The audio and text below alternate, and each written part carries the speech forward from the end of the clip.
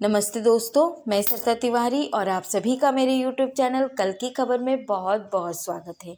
आज इस वीडियो में हम पापमोचनी एकादशी व्रत कथा के बारे में जानेंगे। यह सारी जानकारी मुहूर्तम.com वेबसाइट द्वारा दी जा रही है। अगर आपको अधिक जानकारी चाहिए तो आप मुहूर्तम.com वेबसाइट पर जाकर देख सकते हैं। तो चलिए जानते हैं पापमोचनी एकादशी की व्रत कथा। प्राचीन काल में चित्ररथ नाम का एक मनोरम वन था, जहाँ देवता, गंधर्व और मुनि तपस्या करने आते थे। वहाँ मेधावी नाम का एक महान तपस्वी ऋषि अपने शिष्यों सहित तपस्या कर रहे थे। एक दिन स्वर्गलोक की अप्सरा मंजू घोषा वहाँ आई। उसने ऋषि मेधावी को देखा और उन पर मोहित हो गई। वह अपनी सुंदरता और नृत्य से ऋषि को आकर्षित करने लगी। कई वर्षों तक ऋषि को अपने प्रेम जाल में फंसाए रखा, जिससे ऋषि की तपस्या भंग हो गई। कुछ समय बाद जब मंजू घोषा ने ऋषि से विदा लेने की इच्छा जताई तो ऋषि को अपनी भूल का आभास हुआ।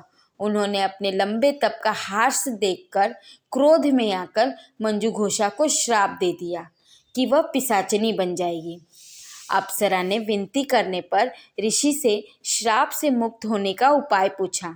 ऋषि ने कहा कि चैत्र कृष्ण एकादशी, जो पापमोचनी एकादशी के नाम से जानी जाती है, का व्रत करने से वह समस्त पापों से मुक्त हो जाएगी। मंजू घोषा ने विधि पूर्वक इस व्रत का पालन किया और उसे पिशाच योनि से मुक्ति मिल गई।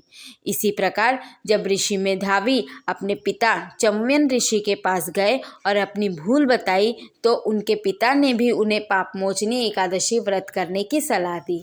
इस व्रत के प्रभाव से ऋषि मेधावी के सभी पाप नष्ट हो गए और वे फिर से तपस्या में लीन हो गए। पापमोचनी एकादशी का व्रत का महत्व यह है कि यह एकादशी व्रत सभी प्रकार के सभी पापों को नष्ट करने वाली मानी जाती है। इसे करने से व्यक्ति को पिशाच योनि और अन्य दुष्कर यातनाओं से मुक्ति मिलती है। इस दिन भगवान विष्णु की पूजा करने और व्रत करने से व्यक्ति को मोक्ष की प्राप्ति होती है।